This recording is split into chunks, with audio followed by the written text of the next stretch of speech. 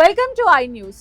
Israel ప్రధాని Benjamin Netanyahu Washington పర్యటన ఇప్పుడు ప్రపంచ వ్యాప్తంగా ఉత్కంఠ రేపుతోంది.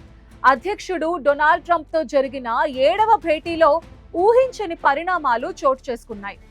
ఇరాన్ పై కఠినంగా ఉండాలని నెతన్యాహు కోరుతుంటే ట్రంప్ మాత్రం చర్చలకే మొగ్గు చూపిస్తున్నారు. ఈ అగ్రనేతల మధ్య సాగిన ఆ 3 గంటల రహస్య భేటీలో అసలేం జరిగింది?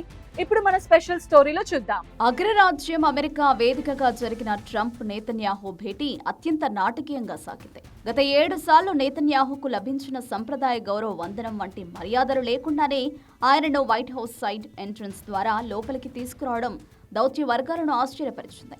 సుమారు 3 గంటల పాటు సాగిన ఈ మూసివేసిన గది చర్చల తర్వాత ట్రంప్ తన ట్రూత్ సోషల్ ఖాతాలో కీలక ప్రకటన చేశారు. ఇరాన్తో చర్చలు కొనసాగాల్సిందేనని, ఏదైనా ఒక ఒప్పందం కుదిరే వరకు నెగోషియేషన్స్ ఆపకూడదని తాను గట్టిగా కోరినట్లు వెల్లడించారు.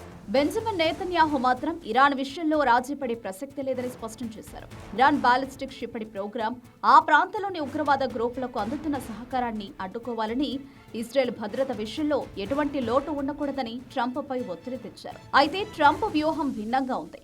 ఒకవైపు ఓమన్లో ఇరాన్తో చర్చలు జరుపుతూనే మరోవైపు యుద్ధ నౌకలను పంపి బల ప్రదర్శన చేస్తున్నారు. ఒకవేళ దౌత్య మార్గాలు విఫలమైతే మాత్రమే సైనిక చర్య ఉంటుందని, అప్పటి వరకు చర్చలకే ప్రాధాన్యత ఇవ్వాలని ట్రంప్ గట్టిగా ఉన్నారు. మరో ఆసక్తికర పరిణామం ఏంటంటే, ఈ పర్యటనలో నెతన్యాహు అధికారికంగా ట్రంప్ ఏర్పాటు చేసిన బోర్డ్ ఆఫ్ పీస్ లో సభ్యుడిగా చేరారు. గాజా యుద్ధం, ఇరాన్ ఉద్రిక్తతల మధ్య నెతన్యాహుకు ఇది ఒక కీలక మలుపు. ఇరాన్ను నియంత్రించడంలో ఇజ్రాయెల్ అవసరాలను గుర్తిస్తూనే చర్చల ద్వారానే ఒక పరిష్కారాన్ని కనుగొనాలని ట్రంప్ పట్టుబట్టడం విశేషం. దౌత్యం, బెదిరింపులు రెండింటినీ సమాంతరంగా నడుపుతున్న ట్రంప్ వ్యూహం ఇరాన్ విషయంలో ఎలాంటి ఫలితాలను ఇస్తుందో వేచి చూడాలి.